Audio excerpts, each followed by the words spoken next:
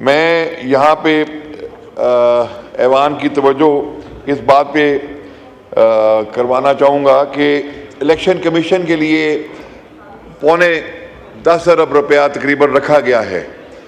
तो मुझे तो ये समझ नहीं आती कि ये इतनी बड़ी रकम जो इस इदारे के लिए रखी गई है, क्या आज तक इस इदारे ने अपने जो इसके ज़िम्मे फ़राइज़ हैं उनको उनके हक अदा किया है अपना कि नहीं। मेरे नज़दीक इस वक्त सबसे बड़ी जो फसाद की जड़ है वो ये हमारा इलेक्शन कमीशन है।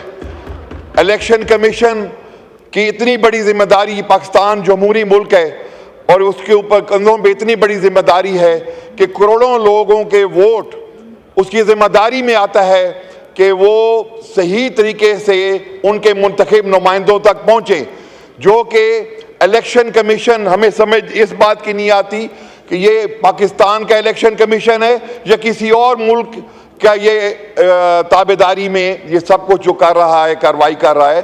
8 फरवरी को जो इलेक्शन हुआ और जिस तरीके से करोड़ों लोगों का मैंडेट चोरी किया गया, क्या यह इंसाफ है? और इसके लिए अभी आपने 10 अरब रुपए दोबारा बजट में रख दिए। तो जनाब वाला, मैं आप अर्ज करूंगा कि ये इस इलेक्शन कमीशन की गलतकारियों की वजह से जो असल नुमाइंदे थे फार्म 45 वाले, वो आज धक्के खाते फिर रहे और फार्म 47 वालों के ज़िम्मे हुकूमत लगा दी गई है, जो किसी भी तरह से हुकूमत अवाम की नुमाइंदगी करने के अहल नहीं है। मामला यहाँ तक नहीं रुका। मैंने कल भी बात की थी कि जिन हलकों में हम जीत के आए हैं वहाँ फार्म 47 वालों ने DDC कमेटियाँ बना दी हैं।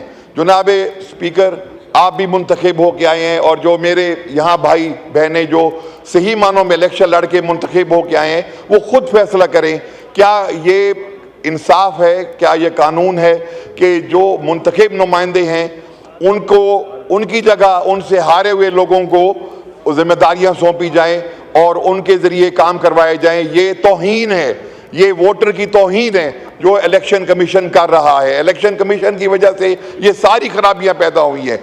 अगर आज इस मुल्क में इंसाफ और कानून हो और ऐसी अदालतें हों जो इंसाफ और कानून की पासदारी करें, तो मैं यकीन से कहता हूं कि इलेक्शन कमीशन के अफसरान को वो चौक में फांसी लगाने का ऑर्डर करेंगी।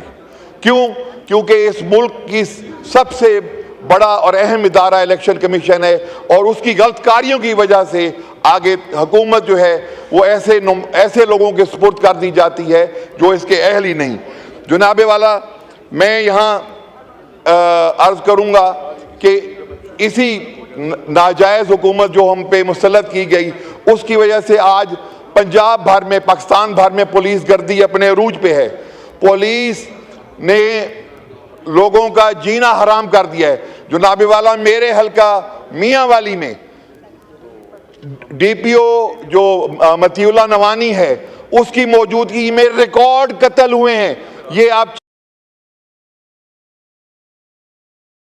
PTI के वर्कर्स को पकड़ना और उनका पीछा करना, चार दीवारी का तकद्दुस पामाल करना, इसके अलावा पुलिस का कोई काम नहीं। मैं और बैरिस्टर उमैर चंद दिन पहले हम अपने हल्के में गए, कुछ लोगों के साथ बात कर रहे थे। हम दोनों MNAs पे और एक हमारे MPA पे पर्चा हो गया और जिसकी ये हालात है हमारे मियांवाली के।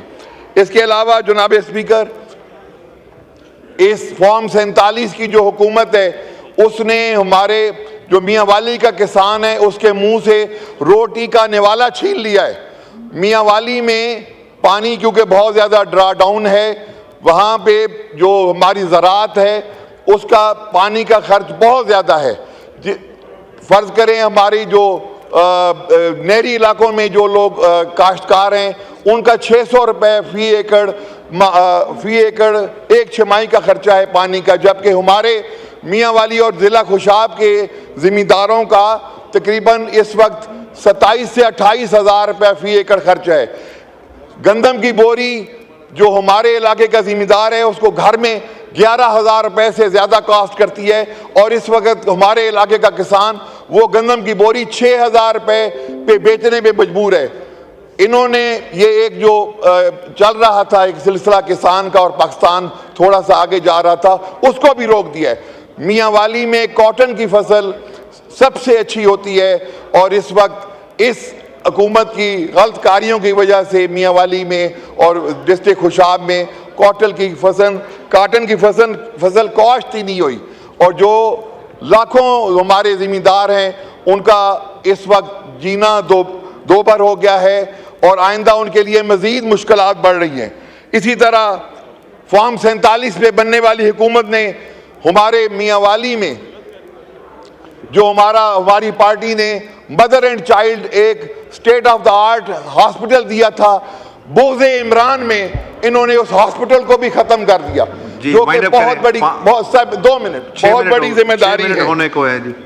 2 मिनट सर। इसी तरह एजुकेशन, जनाब डिप्टी स्पीकर, यहाँ हमारे ये वजीर खजाना साहब बैठे हैं, इनसे पूछे जो कम से कम उजरत जो मजदूर की है कैडेट कॉलेज में जो हमारे असातिज़ा पढ़ा रहे हैं वो 15 से 20 हज़ार रुपये उनको डेली वेजेस पे रखा हुआ है, जो कि तौहीन है।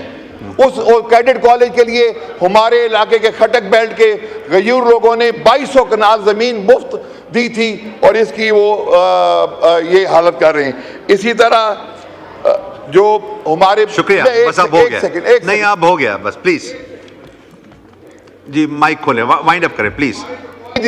हमारे जो कॉलेजेस हैं डिप्टी स्पीकर साहब, उसमें 90% स्टाफ नहीं है। ये गलतकारियां हैं फॉर्म 47 पे बनने वाली हुकूमत की। अगर आज यहाँ जो मुंतखब नुमाइंदे जो जिनका हक था और जिनको पाकिस्तान की अवाम ने वोट दिया था, अगर वो बैठे होते तो पाकिस्तान का ये हाल ना होता। आखिर में मैं नारा लगाऊंगा, पाकिस्तान शुक्रिया। उस तरफ से आवाज नहीं आई, इमरान खान। शुक्रिया।